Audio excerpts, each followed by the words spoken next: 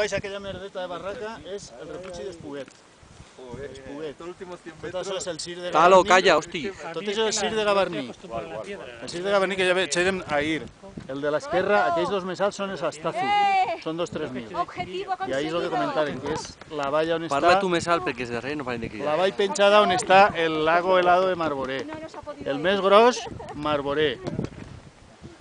Venint cap així són els 3 pics de la cascada, la torre que està arribant ara dels expedicionaris alguns allí, i enfront tenim tot el massís de Monteperdido. Cilindro, Monteperdido en l'escupidera, se veu perfectament la traça de la gent que puja i baixa, Sum de Ramon. Tot això és... Monteperdido és el del medio, no? Sí. El refugi de Góriz està allà baix, Coll de Góriz, ahí comença Añisclo, el tall aquell que es veu allà és Añisclo, aquella muntanya tan característica li diuen Castillo Mayor, la de més enllà és Penya Montanyesa, que és la que està dalt de la Insa, i és el, crec que li diuen el Comodoto, crec que és aquell que té com si fos un tros de pa trencat, embalse de mediano, i ja està tot ordès així, i estos caps, tenim així uns cabuts, que perquè com estem al Corpus... T'acompanya cap a la Com bretxa. estem al Corpus, acompanya'm, Ferran. Recordem al públic que estem dalt del casco. Acompanya'm, Ferran. Hem pujat al casc de Cap al Marboré. Penya-Segat. Anem cap al Penya-Segat, però sense caure per ell.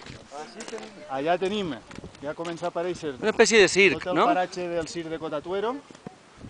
Cotatuero, allò allà és el principi de la Faja de les Flores, el clot aquell és on està l'aparcament d'Ordesa, de la paradera d'Ordesa. Tot això és el descargador, Tobacor, val? Torla estarà allà baix, allà on anirem després. I per aquesta banda, mira, veus, aquell que té tants estrats de colors és la Penya Otal, Guaranyonera, el més alt és Tendenyera, i ja estos així ja tapen tota la resta. La mole aquesta més gran és el Tallón, que és la que canvia a color gris, i això és la bretxa, que des d'ací té una perspectiva diferent, però ahí està el tall de la bretxa, està petat de gent. Sí, hi ha formiguetes ahí. Allà al fons tot aquell és el massís de Vinyemal, tota la glacera d'Ossí, que és...